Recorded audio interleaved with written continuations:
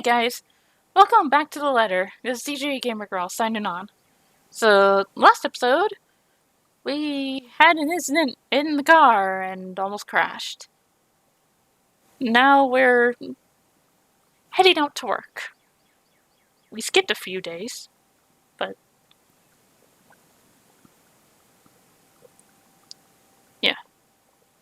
15 minutes later, I'm heading back out, dressed for the day, my car keys in hand. Ordinarily, I don't stop for anything, there's never a need to. That's the beauty of this apartment complex. It's quiet, and everyone keeps to themselves. No useless platitudes in the morning, no need to wear a smile on your face lest other people are nosy enough to ask.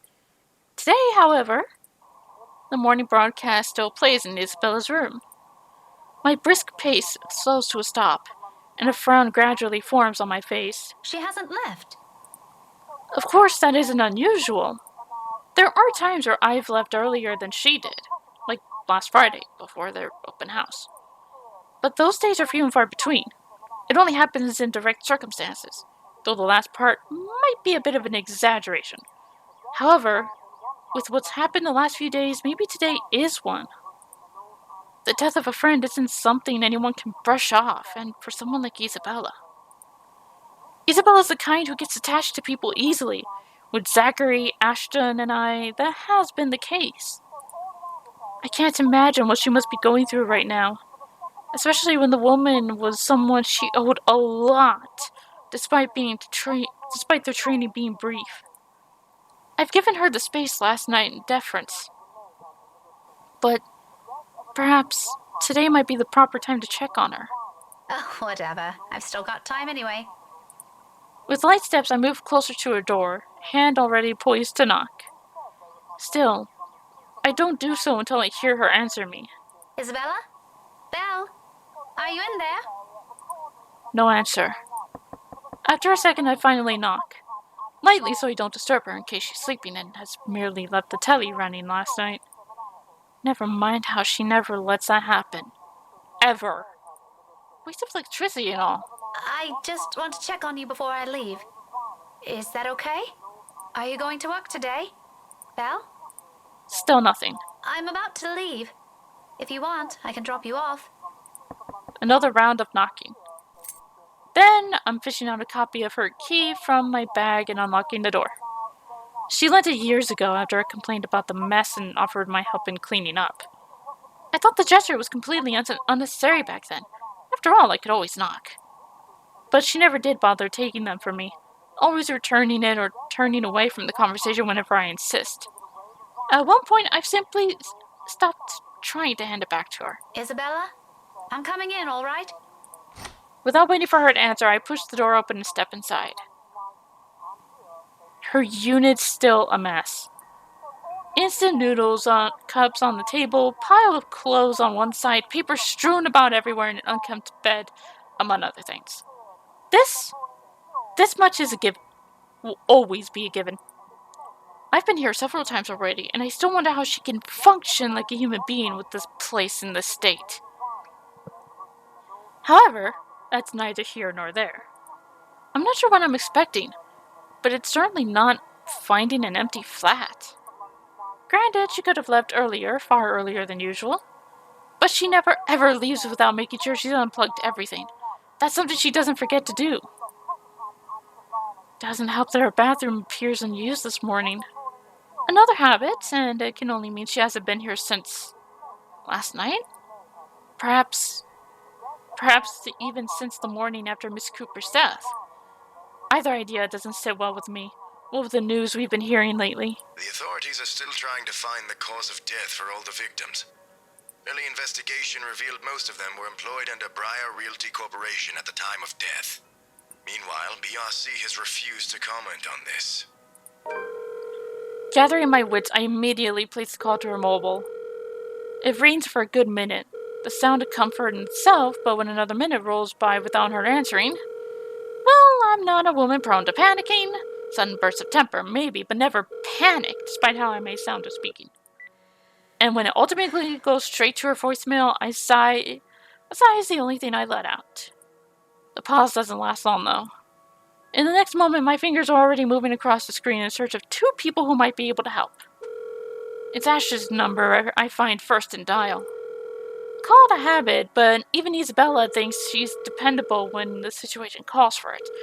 Despite how much they give each other grief, that always says a lot about him. There's Zachary, but around this hour he's probably still sleeping. If he has freelance work, it's likely he's just gotten himself in bed. He's the last person I want to bother, if anything. The wait doesn't take long. Soon, a click, then Ashton's voice echoes through the receiver, rough and still heavy with sleep. He never did grow fond of mornings. Becca? Christ, what time is it? What's up? Not you, apparently. Good one. Did you call us early just to make that joke? I'm going back to sleep. No, Ash, hold on. This is important. Becca, stakeout last night. Make this quick. I've still got a few hours before the chief bothers me. Sorry, I'll let you go back to sleep after. It's just that... Wait, you were on a stakeout last night?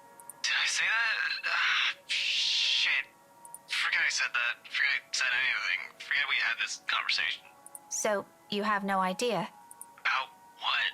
About what? I also have no idea why we're talking so early in the morning, so there's that. No, will you stop sleep talking or whatever for a second? Belle didn't come home last night. She's gone. Who? Isabella! Instead of an answer, a brief pause comes after, followed by something blunt and heavy hitting a hard surface like a strain of rather colorful curses from him. The moment might have been one of the many things I'll keep to myself and remember fondly for the next few days if things aren't the way they are. When he picks up again, there's no trace of sleep left in his voice. Say that again, from the top. Isabella's gone, Ash. She didn't come home last night. Her flat's empty. She left her telly running. You know she doesn't do that at... Okay, Becca, stop. Calm down first. You're starting to panic. I'm not! You are. Breathe. One person's not going to simply disappear like that. This is Isabella we're talking about. Did you try calling her? What did you think is the first thing I did? She's not picking up. It went to her voicemail. How about Zach? Did you check with him? Not yet. I didn't want to bother him. You know he has trouble sleeping and all that. All right, I'll go ask Zach. I'll call you back. No, wait! He ends the call before I can utter a single word of protest. But for the first time since entering this room, tension has gone from my shoulders and my breathing has eased. The bed creaks as I sink down on it with a sigh. The telly still blares the same uninteresting news and I'm surrounded by clutter. All the same, it feels strangely calm to be here without worry nagging at me. I'll have to apologize to Zachary later for sending Ashton his way this early. But for now, relying on the latter for this isn't the wrong choice. It never will be. That's something I won't ever doubt in him, much like his promises. And true to his words, he goes back only a few minutes after the last one ended. She's with Zach. Oh, I'm so glad to hear that. She could have at least sent a message last night. What are you, her mother? It's one thing to hear that from Isabella. But from Ashton? I don't want to hear anything like that from you. I'm serious. You've got to stop treating her like she's one of your students, Becca. You don't have to keep tabs on her every time.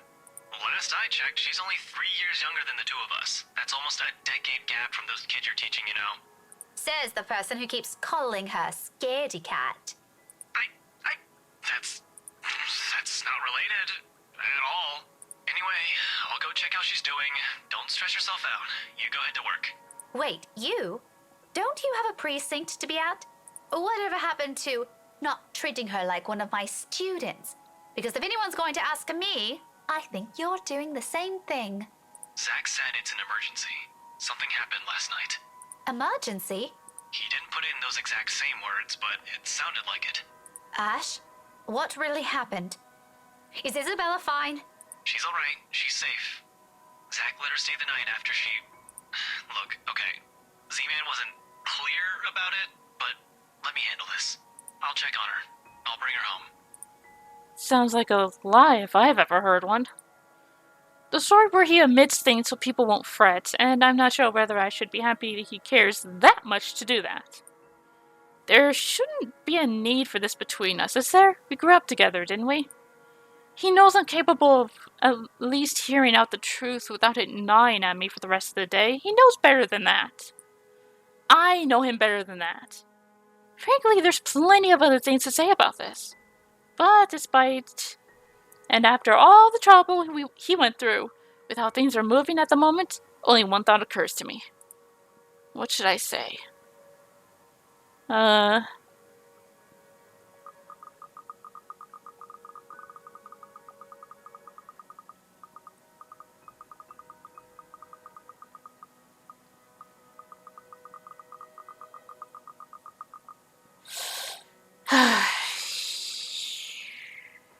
I can handle it.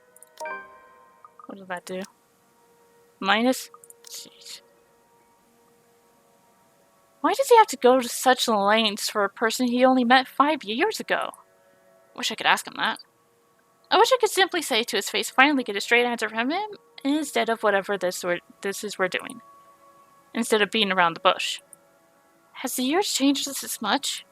Has adulthood changed us as much? You've done enough, Ash. Let me take it from here.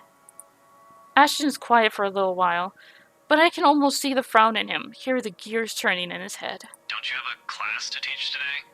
Tuesdays are your busiest this school year, aren't they? Yeah, but someone has to check on her.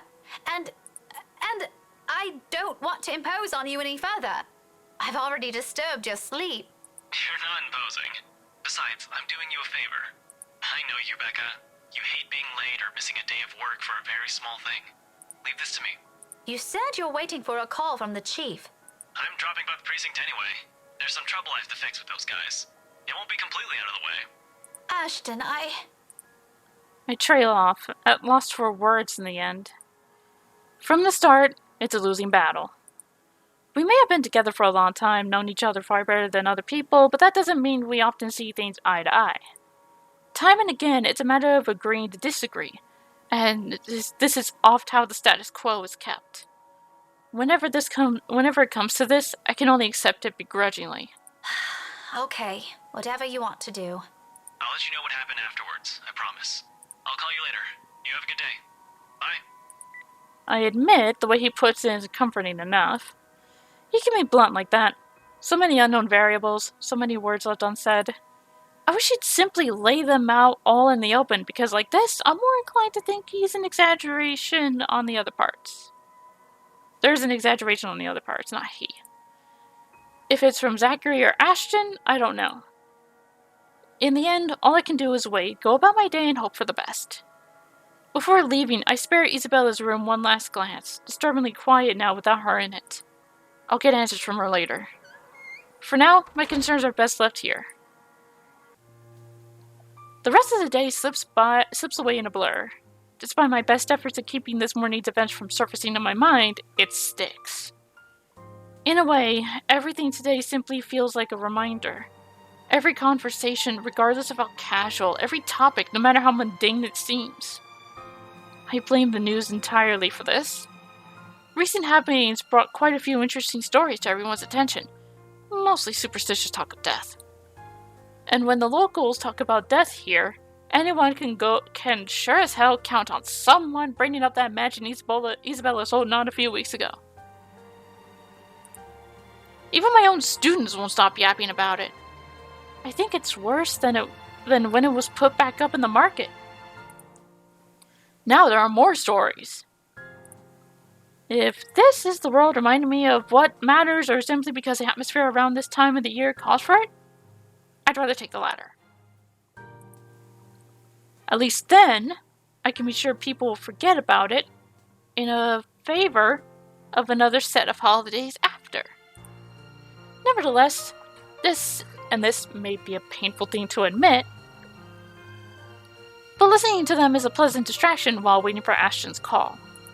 I hope he didn't forget. The school day's about to end soon. No, that's got nothing with what I heard. You always hear stuff. I'm not sure if half of them's even real. No, really. Rowan knows about it. He used to be in the same class with them.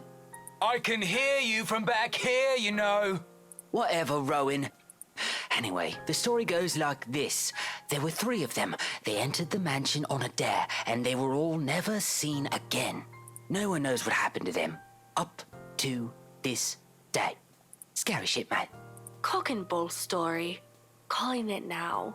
No, you don't get it. Why don't you ask Miss Gales then? Better yet, why don't you go inside the place? I'm betting my allowance you can't do it. Their talk immediately halts when I look up, all of them suddenly pretending to be engrossed in their current activity. Still, a word to put a stopper to this nonsense is needed. Creativity and imagination fostered by these stories is one thing, but reckless ideas should be corrected before anything potentially tragic comes from them. Back to your worksheets, everyone. And I don't want to hear any talk of dares or going inside that mansion. It's private property now. You'd all better stay away from it before... At the noise, the whole lot of them go silent. You can almost hear a pin drop. The look on their faces would have made for a funny picture, but that's irrelevant at the moment. If that is a student loitering around, someone's going to be in trouble. I'll be back. If you're done, you can leave your worksheets on my desk. Keep the noise to a minimum while I'm gone, okay? I can sense their eyes on me as I walk out the door. A muted kind of anticipation. A bit unnerving, but it's far more agreeable than the feeling of being watched I've been enduring these past few days. Class is still in session for most of the rooms. In a few hours, once the final bell rings, however, this place will once again be filled with busy chatter and footfalls, an everyday cycle in itself. But for the moment, I let the silence guide me, my ears focusing on whatever sounds there are or will be, searching for that distinct clanging of metal. A good minute passed, and for the portion of it, only my steps echoes through the halls. And another. I'm about to turn around when the sound of it halts my footsteps. It's a little muffled and infrequent, but grows louder after each interval. With the hallway devoid of people, if I don't put a stop to it soon, it'll start to disturb the other classes still going on. Looking for it didn't take long. All I do is follow the racket, and shortly I'm standing in front of a nondescript row of unoccupied lockers.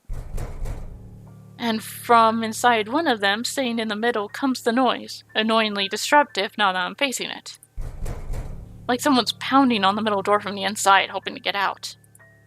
Leaning forward, I try to get a glimpse through the horizontal slats of whatever's causing it.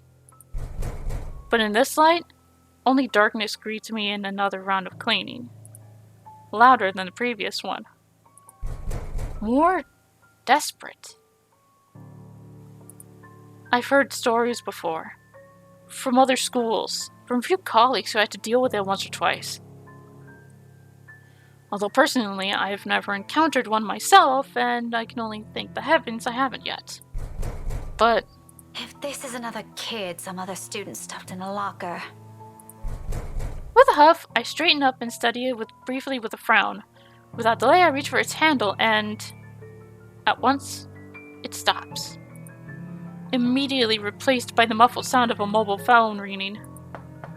I gave the door a few raps before taking my attention away. A second. Another. When nothing or no one responds, I finally avert my eyes and pull out my mobile. Ashton's voice greets me from the other end of the line, oddly cheerful in light of this morning's matters. Or maybe because I'm just expecting some grave or serious news from him. Instead, I get this. Hey, Becca. Well, you sound happy. I do? My voice still sounds the same to me. There are only 2 things I know of that could be the reason for that tone. Sweets, or he's gotten a good lead in his case. From the sound of it, I'm going to assume the former, since lately that case is all that's running inside his head. If there's ever a third one, I've never heard it. Yet. It can only be one of 2. Ignore that. How's Isabella? Drove her home a few minutes ago. I think she's sleeping now. Sorry this took a while. Z-Man gave us the puppy eyes after we tried to leave. Had some food prepared for us, apparently. We didn't have the heart to say no. That's all right. Is she okay now? I'm not really sure. She didn't say anything to Zach, but she mentioned a plan to take a few days off from work. It was a passing comment before I left her, so I didn't get to ask. Must be because of Rose's death. Could be. It doesn't seem like it from Zach's story, though. He said she was shaking when she got there. Shaking? The word triggers a memory. From 3 days ago. On the way home from her little treat after she sold the mansion. I didn't think much of it at the time, but I won't lie, it scared me. The terrified look on her face. How she sounded when she suddenly screamed. Becca? Still there? Yeah, I just remembered something. Sorry, don't mind me. Look, if you can talk to her, get the story out of her. That would be great. She wouldn't talk to Zach or me even when I tried. Maybe she'll speak up if it's you? I'll give it a go, but I can't promise anything, okay? You know how stubborn she can get. But thanks for letting me know about this. No problem. If anything comes up, just drop me a line, okay? There's a short pause before he cuts the call from his end. And once again, I'm alone with my thoughts. But rather than answers, all I got from it are questions.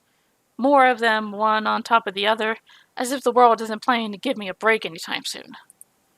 But that's a problem I'll tackle later. Right now I've got students who need to be taught follies of eavesdropping. If the slightly open door in their smothered laughter from inside is an indication. All right, enough eavesdropping. All of you, back to your seats. Is that your boyfriend, Miss Gales? None of your business. He totally is. A quick scuffle follows that comment. If there's a retort prepared at the tip of my tongue, I drop every pretense of laying it loose on them. There's no use in arguing with teenagers sometimes, boisterous as they all are. They're still my kids, though. Rough around the edges, maybe, but still my kids. Shaking my head, I head back to the classroom with a smile, but not before taking a glance at the locker again. Hasn't made a sound since. Oh, must be the wind. So without another look, I leave it alone.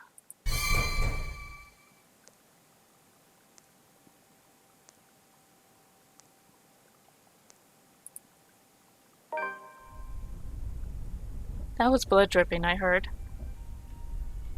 All in all, the entire school day ends without a hitch.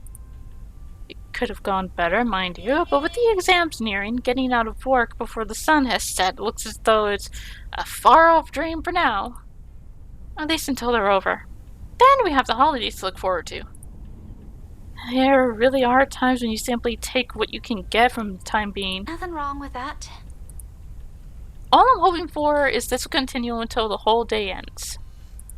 There's still that promise I made to Ashton, and frankly, the idea alone doesn't sound good. If Isabella didn't talk to them, what makes them think she'll talk to me? It's not like there's a hierarchy, is there? Just because I can handle Isabella's childish tendencies doesn't mean I can do it all the time. Really, those two give me too much credit. Nevertheless, I keep my fingers crossed. If only because I'm also worried about her. And both Zachary and Ashton deem it important that somebody get the story out of her. Here's hoping it's got nothing to do with that letter. Again. I understand if she feels a bit stressed lately, but to keep that story going on for more than a week is... it's bound to get tiring at some point. Seriously, I merely don't want this to end in another argument. God willing, the cafe special will help smoothen things out. After all, it's always been food with her. Or money. But mostly food. At this hour, the cafe is usually filled to the brim with people. That's the reason Isabella and I rarely go here during the evenings. It's simply too much of a hassle when we can prepare food ourselves in the comfort of our homes. But there really isn't much reason to eat out lately. Well, with life going on a busy streak. No time for long lines, better spend that doing something productive, yes? Lucky there isn't one tonight. Only few people are idling around in the corner. 4 of them, in fact. A woman in her 60s, a teenager busy with his phone. Both are just waiting to be served orders. The other 2, a posh-looking man and child who I immediately recognize as Kylie, appear to have not yet picked anything they want. For some reason, my stare lingers at the guy. Though dressed relatively well and looks harmless, I haven't seen him around these parts before. Someone new in the neighborhood, perhaps? Even so, there's something familiar in him. Feels like I've seen him somewhere before. Also begs the question of why Kylie is with him. course, the girl easily takes a liking to anyone who buys her sweets, so it's both a bit worrisome and unsurprising. The blonde bloke doesn't look particularly thrilled with the company, though. I tear my eyes away from them soon enough once the guy at the counter appears, ready to take my order. That, and I'd also hate to be accused of ogling strangers. 2, evening special, takeout. He's already punching the order before I even finish. Saying my order out loud is really more for formality's sake and made out of habit. He's known Isabella and I long enough that if we ever drop by here, he already knows it's because I'm buying dinner for the two of us. I rarely visit here alone if I can help it, but Isabella can sometimes be a bad influence. When he gives me a small smile before leaving to prepare my order while I fish my wallet when... Look, you little ankle biter. If I buy you the biggest parfait they have, will you please behave? I would just like 10 minutes of peace and quiet. You said you'll get me some bread pudding this time. Yeah, well, darling, they said they ran out of it. Just pick another one so we can be on our way. Their parfait doesn't look as cute as the one my mom bought me. Parfait is just ice cream, sweetheart. It'll melt no matter how dainty it appears. In the end, it'll all look like an ugly puddle. Now come on, just pick one. It could even be the most expensive one on that list. I don't give a shit. I don't care. What I would give for someone to buy you off my hands right now. What? My whole attention instantly snaps back to them and their conversation. Jumping to conclusions isn't something I'm particularly fond of, especially when all I have are basic assumptions, but you really can't trust a stranger these days. No one around the cafe seems to have noticed his words either. Very suspicious words. Still, I don't move. Yet. But my hand has already shifted from my wallet to the book I'm carrying. A hardbound textbook. Looks harmless, but if a situation calls for it, it might be a good deadly weapon. Might. I haven't gotten a chance to try it anywhere so far. Today could be the day. But you promised. Look, if you don't want a parfait, how about a Bonifay pie? I'm sure it'll taste just as good as any other bread pudding. I'll even buy you the entire tray. How does that sound? That's not what you said before. Well, sweetheart, adults change their minds sometimes. You said if I come with you, you'll buy me a bread pudding, and I did, and now you won't keep your promise. I want to go home. I miss my mom. No, darling, if I remember correctly, and I have a good memory, honey. What I said was, if you come quietly with me, I might buy you one. The quiet part didn't happen. Though now that I'm sober, I think this is a bad idea. And I should just ship you someplace else for that peace and quiet. Oh, that's it. No hesitation. In a few paces, he's within my reach, and without warning, I'm slamming the flat area of the book against his skull. Ow! There's a cry of pain, followed by him instantly crouching down, hands nursing the sore spot. Almost comically, if this were a different situation, and the safety of a St. Goretti student isn't at stake, I'll probably feel sorry for him. I mean, has anyone seen how thick this book is? Get behind me, Kylie. Miss Pink! It's amusing how fast her expression changes from the pouty one earlier to something of utter delight upon seeing me. But there's no time for any pleasantries, not even quick ones, because soon the man straightens and I'm ready for my favorite newfound weapon for another hit. Except this time he's ready, and before I can land another one, his hand shoots up to catch my wrist with a firm hold. And the look on his face. Bloody hell, woman! What's your problem?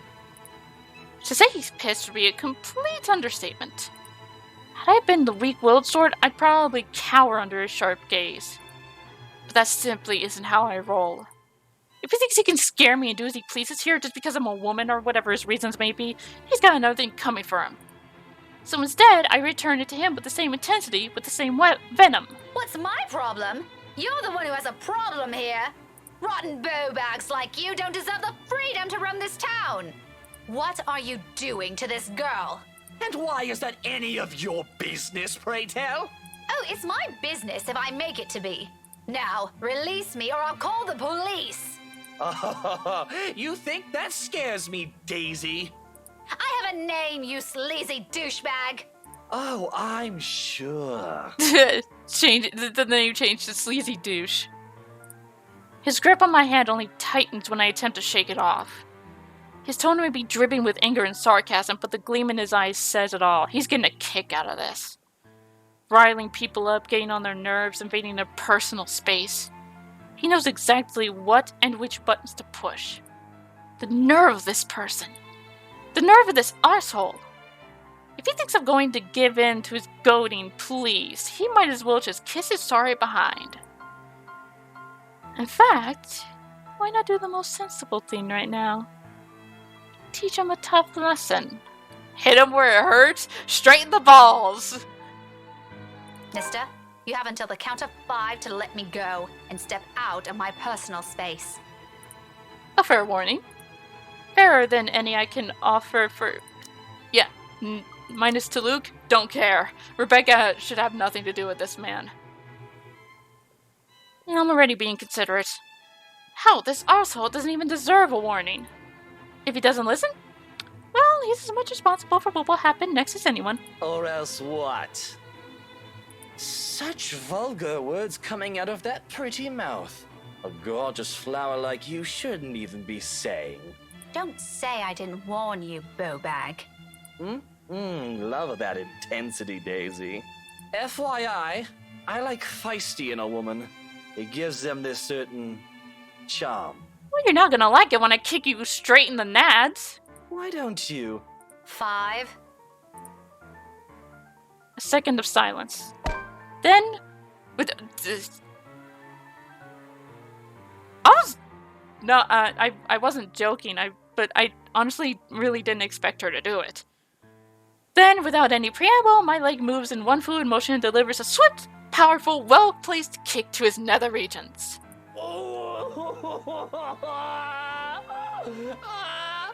Needless to say, the effect is instantaneous. He yelps, abruptly drops his hold on me, and kneels over, howling from the pain. I can see tears forming at the corner of his eyes, too, though the mere sight of it prompts not an ounce of remorse for me. I would have been gentler if he isn't such a dirty little prick with an ego too big for his head. Too bad. Whether this obliterates any chance of him ever procreating remains to be known, but a part of me is already praying that he doesn't ever breed after this. We have no need of more of him in this world. You mad woman! I warned you, you ass! Why this is harassment, I'm telling you! Harassment! Then why don't you tell that to the police once they get here, You despicable! Whatever you're assuming I am, I'll have you know it's all in your head. None of it's true. You best have that pretty brain of yours checked before that gets worse. Look in a mirror, douchebag. What is wrong with you? Is this the face of someone who'd do anything suspicious? Yes! Yes! Any face could be the face of someone who'd do anything suspicious, because you never know who's going to do something that's suspicious. Come on!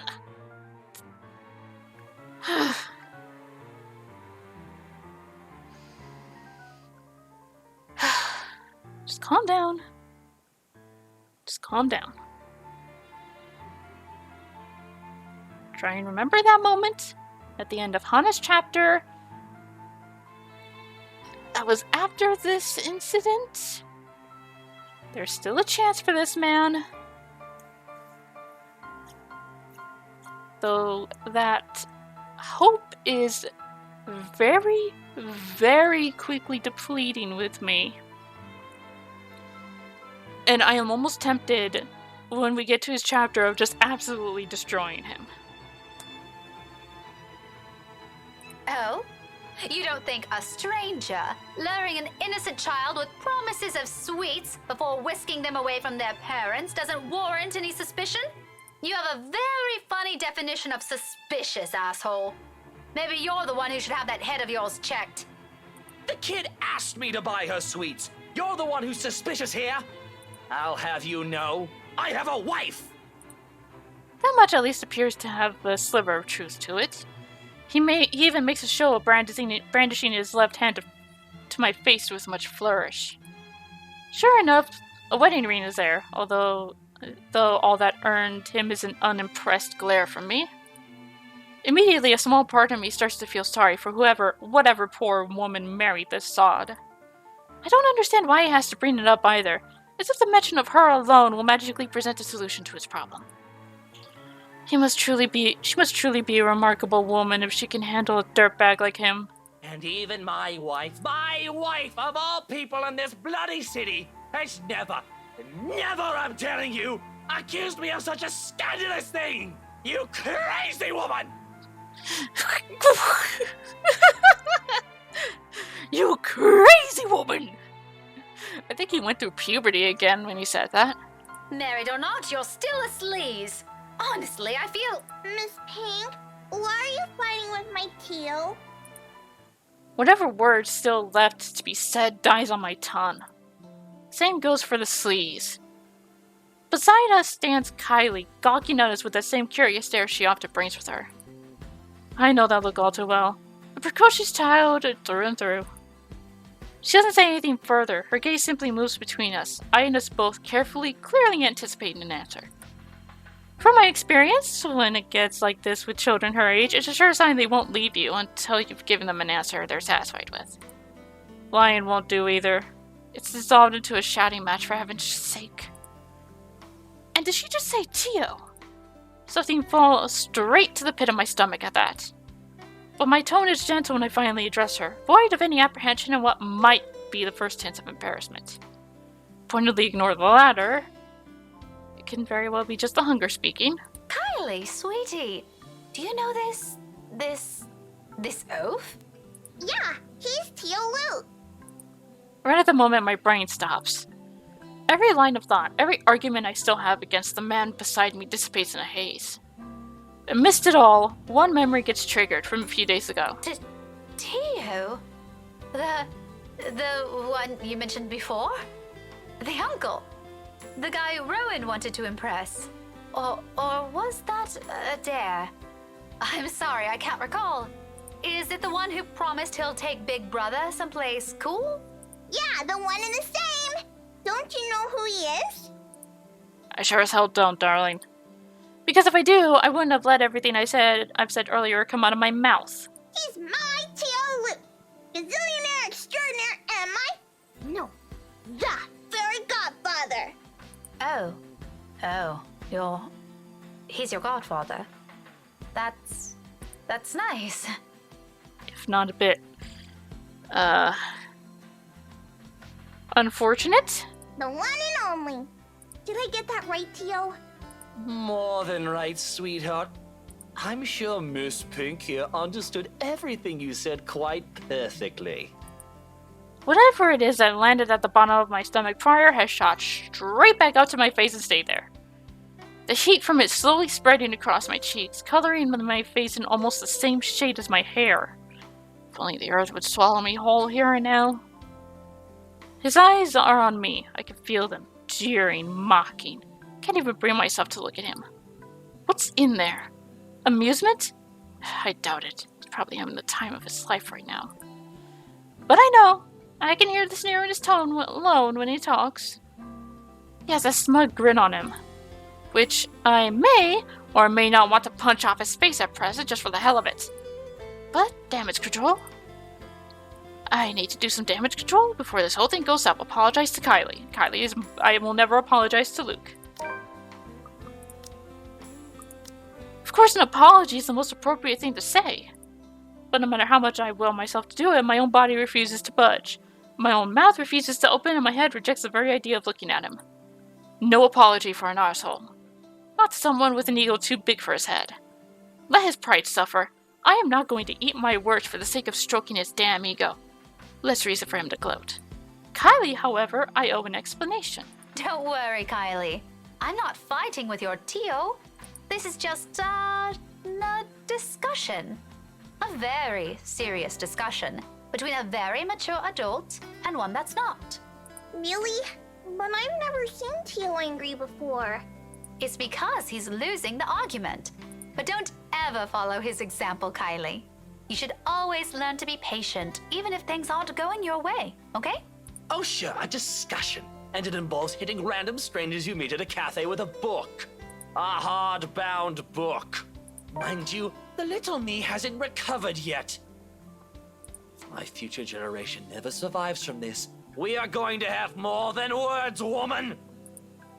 I don't allow Kylie to hear his tirade and cover both of her ears with my hands. As fond as she is of the man, there are words he shouldn't be saying in front of a child. And how can he not know about that? More importantly, how did someone like him become a godfather? Who allowed it? Maybe I should talk to Miss Suarez about it.